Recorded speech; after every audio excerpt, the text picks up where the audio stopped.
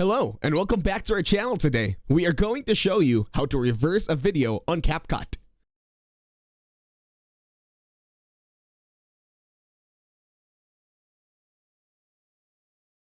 To start this tutorial, go ahead and open CapCut in your mobile device.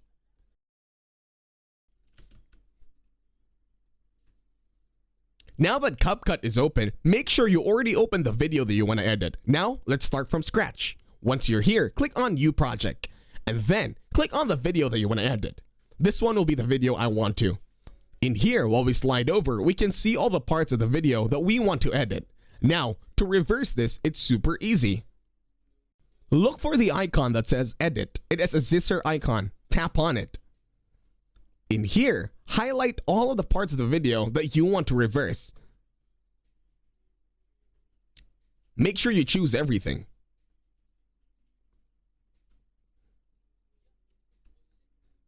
And then click on the reverse icon.